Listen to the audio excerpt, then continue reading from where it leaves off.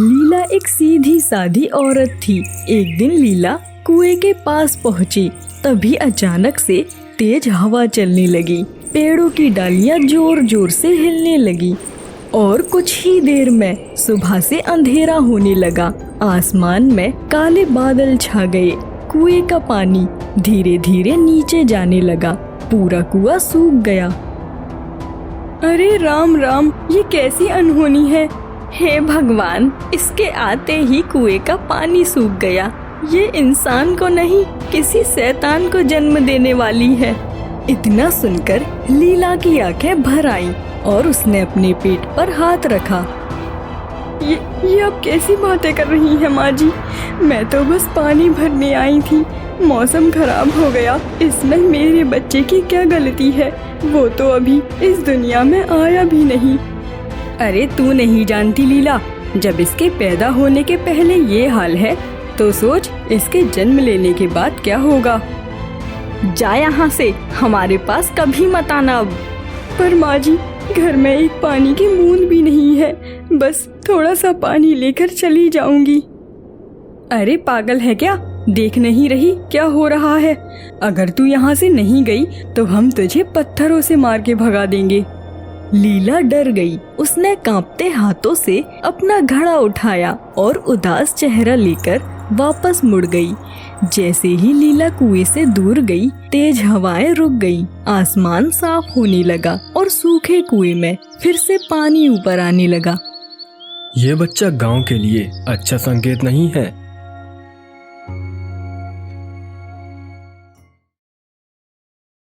कुछ दिनों बाद लीला के घर संतान का जन्म होने वाला था।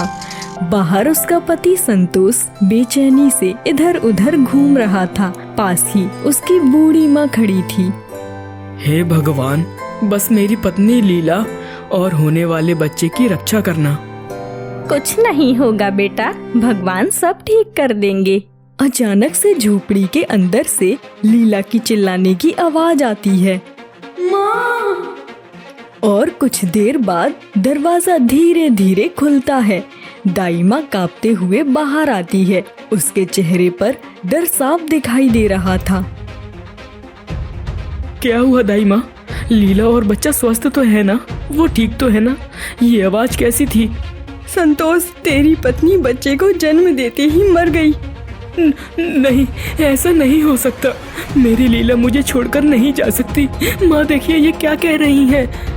वो बच्चा नहीं, शैतान है, शैतान। हे भगवान, ये आपने क्या कर दिया? मेरी लीला को मुझसे दूर कर दिया। चुप कर दाई, क्या बोल रही है तू? मैंने अपनी जिंदगी में ऐसा बच्चा कभी नहीं देखा। जन्म लेते ही अपनी माँ को खा गया वो मनहूस। मैं तो इस घर से जा रही हूँ, ये घर अशुभ है। दाई तेज कदमों से वहाँ से चली जाती है और संतोष पागलों की तरह झोपड़ी के अंदर भागने लगता है। लेकिन तभी दरवाजे की लकड़ी से उसका पैर टकराता है और वह जमीन पर गिरकर उसकी मौत हो जाती है। संतोष! हे भगवान, ये दिन दिखाने से पहले तू मुझे ही उठा लेता। मेरे बेटा बहू ने तेरा क्या बिगाड़ा था? इस मासूम बच्चे को तूने अनाथ कर दिया। हे भगवान, अब इसका ख्याल कौन रखेगा? अब मैं किसके सहारे जीऊंगी? और कुछ ही पलों में उस घर की खुशियां मौत में बदल चुकी थी। नवजात बच्चा फूट फूट कर रो रहा था। बूढ़ी माँ उसके पास आई और कांपते हाथों से उसे गोद में उठाती है। अरे मेरे लाल, ये कैसा भाग्य लेकर आया है तू? तेरे जन्म लेते ही तेरे माँ बाप तुझे छोड़कर चले गए। लेकिन तू चिंता मत कर, तेरी दादी अभी जिंदा है। मैं तुझे कुछ नहीं होने दूंगी। चुप हो जा मेरे बच्चे, आज से हम दोनों एक दूसरे के सहारे रहेंगे।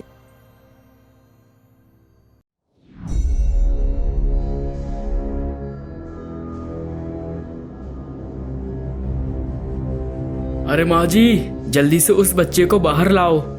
बूढ़ी माँ बच्चे को सीने से लगाकर बाहर आती है। बाहर पूरा गांव मसाले लेकर खड़ा था। सबकी आंखों में डर और गुस्सा था। क्या बात है मुखिया जी, इस बच्चे के जन्म लेने से पहले गांव में अनहोनी होने लगी थी और जन्म लेते ही इसके माँ बाप मर गए। ये बच्चा शैतान है। गांव में इसका रहना ठीक नहीं मुखिया जी। अगर ये गांव में रहेगा तो हम भी खुश नहीं रह पाएंगे। अरे मैं तो कहता हूँ कि इसे अभी के अभी गांव से बाहर फेंक दो। ले जा इसे कहीं नदी में फेंका, नहीं तो ये तुझे भी मार देगा। मुखिया जी, ये आप कैसी बातें कर रहे हैं? आपको शर्म नहीं आती ऐसी बातें करने में? इस नन्ही सी जान की क्या गलती है? देखिए ना कितना मासूम है। देख बुढ़िया, सीधी तरह से मान जा, नहीं तो तेरी इस झोपड़ी में आग लगा दूंगा और इसी में तेरी और हम सब की भलाई है, समझी ना? नहीं मुखिया जी, ऐसा मत कीजिए। मेरे जीते जी इस बच्चे को हाथ कोई भी नहीं लगा सकता। ये मेरे संतोष और लीला की आखिरी निशानी है। इस मनहूस को जिंदा छोड़ना ठीक नहीं है। तभी भीड़ में से एक आदमी मसाल लेकर आता है और झोपड़ी पर फेंक देता है। हे राम, ये तो मेरे बच्चे के पीछे हाथ धोकर पड़ गए हैं। मुझे यहाँ से जल्दी भागना होगा। वो बच्चे को अपनी छाती से चिपकाकर वहां से भागने लगती है। वह बूढ़ी स्त्री भागते भागते घने जंगल में अपनी जान बचाते हुए पहुंची। मेरे लाल, तू ठीक तो है ना? डर मत बेटा, जब तक तेरी दादी जिंदा है तुझे कोई छू भी नहीं सकता। आज से मैं ही तेरी माँ हूँ और मैं ही तेरा बाप हूँ। तुझे पालने के लिए मुझे कुछ भी करना पड़े मैं करूँगी। तू अभागा नहीं है बेटा, तू मेरी जिंदगी है। आज से तेरा नाम किशन होगा, मेरा प्यारा किशन। अब हम यहीं रहेंगे इस जंगल में। समय का पहिया घूमा। उस बूढ़ी औरत ने घास फूस और लकड़ियों से एक छोटी सी कुटिया तैयार की। वो दिन भर मेहनत करती, गाय का दूध निकालकर अपने किशन को पिलाती, खुद जंगली कंदमूल खाकर अपना पेट भरती, लेकिन अपने बच्चे को कभी भी भूखा नहीं सोने देती। देखते ही देखते 5 साल बीत गए। नन्हा किशन अब दौड़ने भागने लगा था। एक दिन किशन छिपते छिपाते गांव में पहुंचा, जहां कुछ बच्चे खेल रहे थे। सुनो, मुझे भी अपने साथ खिला लो। मेरा कोई दोस्त नहीं है, मैं अकेले खेलते खेलते थक गया हूँ। चल भाग यहाँ से, हम तुझे अपने साथ नहीं खिला सकते। मेरी माँ कहती है तू मनहूस है, तेरे पैदा होते ही तेरे माँ बाप मर गए और अब तू हमारे साथ खेलेगा तो कहीं हमारे साथ भी कुछ बुरा ना हो जाए। हाँ बंटू सही कह रहा है, तू शैतान का बच्चा है। देख किशन, भाग जा यहाँ से, अगर माँ ने देख लिया तो तेरी खैर नहीं। तभी वहाँ कुन्नी की माँ आ पहुँची। किशन को देखते ही उसे बहुत तेज गुस्सा आने लगता है। क्यों रे करम जले, यहाँ क्यों आया है? अपने माँ बाप को खाकर भी तेरा मन नहीं भरा, जो अब मेरे बच्चों की जान के पीछे पड़ा है। निकल यहाँ से। काकी, मैंने नहीं मारा अपने माँ बाप को, मैंने तो उनका चेहरा तक नहीं देखा। मुझे भी उनकी बहुत याद आती है। अगर आज मेरे माँ बाप जिंदा होते तो वो भी मुझसे वैसे ही प्यार करते जैसे तुम अपने बच्चों से करती हो। मैं बिन माँ बाप का बच्चा हूँ ना, इसीलिए मुझे कोई पसंद नहीं करता। कुछ पल के लिए औरत भी चुप हो जाती है, लेकिन फिर से उसका चेहरा कठोर हो जाता है। अपना ये दुखड़ा कहीं और जाकर रो। अगर मेरे बच्चों के आसपास भी दिखाना तो तेरी टांगें तोड़ दूंगी। चल भाग यहाँ से। किशन वहाँ से उदास होकर चल दिया। रोते रोते उसका गला सूख गया था। तभी उसने देखा कुएं पर एक औरत पानी भर रही थी। काकी, बहुत जोर की प्यास लगी है, गला सूखा जा रहा है, थोड़ा सा पानी पिला दीजिए ना। क्या रे कमबख्त, तेरी हिम्मत कैसे हुई मेरे पास आने की? तुझे 1000 बार मना किया है ना, इस गांव में कदम मत रखना। क्यों आता है यहाँ अपनी मनहूसियत लेकर? काकी, बस थोड़ा सा पानी पिला दीजिए, बस एक घूंट ही सही, फिर मैं चला जाऊंगा। प्यास से तड़पते उस बच्चे ने जैसे ही पानी के लिए अपना हाथ आगे बढ़ाया, उस पत्थर दिल औरत ने जमीन से एक नुकीला पत्थर उठाया और अपनी पूरी ताकत से किशन के सर पर दे मारा। किशन रोता हुआ अपने घर की ओर भागा। दादी माँ, दादी माँ, अरे मेरे लाल, ये क्या हुआ तुझे? दादी माँ, गांव वाले अच्छे नहीं हैं। देखो, उन्होंने मुझे पत्थर मारा। किशन, मैंने तुझे मना किया था ना, गांव मत जाया कर। बेटा, वो लोग तेरे दुश्मन हैं। अगर तुझे कुछ हो जाता तो मैं कैसे जीती? मुझे बहुत प्यास लगी थी दादी माँ, मैंने तो बस पानी मांगा था। काकी ने मुझे पत्थर मार दिया। बहुत दर्द हो रहा है दादी माँ। ठहर जा मेरे लाल, मैं अभी तेरे लिए पानी लेकर आती हूँ, फिर दवा भी लगा दूंगी। सब ठीक हो जाएगा। उस बूढ़ी माँ की पूरी दुनिया बस किशन था। वो उसकी हर जरूरत को पूरा करती थी, लेकिन समय कभी किसी के लिए नहीं रुकता। कुछ साल और बीत जाते हैं। अब किशन थोड़ा और बड़ा हो चुका था। एक दिन बूढ़ी माँ कमजोर हालत में लेटी हुई थी। वह अपनी आखिरी सांस ले रही थी। किशन, मेरे लाल। क्या हुआ दादी माँ? लगता है मेरा अंतिम समय आ गया है बेटा। मुझे तेरी बहुत चिंता हो रही है। मेरे बाद तेरा ख्याल कौन रखेगा? तुझे खाना बनाकर कौन खिलाएगा?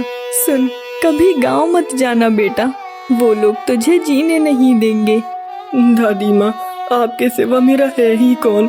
माँ बाप तो बचपन में छोड़कर चले गए और अब आप भी मुझे अकेला छोड़कर जा रही हैं। गांव वाले सही कहते हैं, मैं मनहूस हूँ। मेरी वजह से आप भी मुझे छोड़कर चली जाओगी। नहीं मेरे बच्चे, ऐसा मत बोल।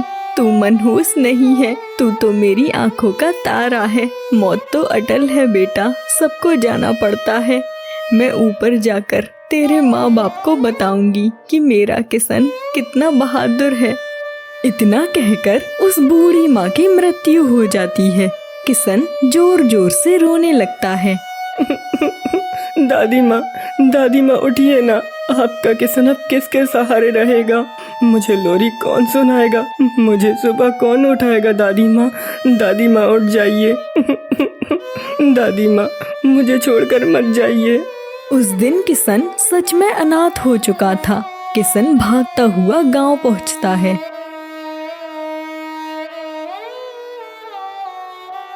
काका, मेरी दादी माँ मर गई, उनका अंतिम संस्कार करना है, मेरी मदद कीजिए। अरे ये तो होना ही था ना। तुझ जैसे शैतान के साथ जो रहेगा उसके साथ तो यही होगा ना। वो बुढ़िया पापिनी थी जो तुझ जैसे को पाल रही थी, आज उसे सजा मिल ही गई। ऐसा मत कहिए काका, वो बहुत अच्छी थी, मेरी मदद कर दीजिए। भाग यहाँ से, कोई भी तेरी मदद नहीं करेगा। और तू मेरी बात नहीं मानेगा ना तो तुझे भी तेरी दादी के पास पहुंचा दूंगा। चल भाग यहाँ से।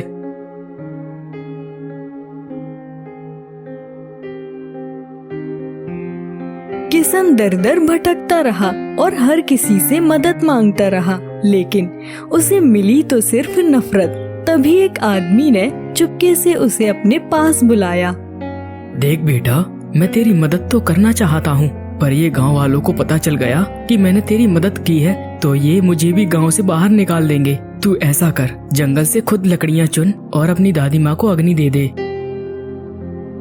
जिस उम्र में बच्चों को पिता की उंगली पकड़कर चलना चाहिए था, उस उम्र में नन्हा सा किशन अपने नन्हे हाथों से भारी लकड़ियां घसीट कर ला रहा था।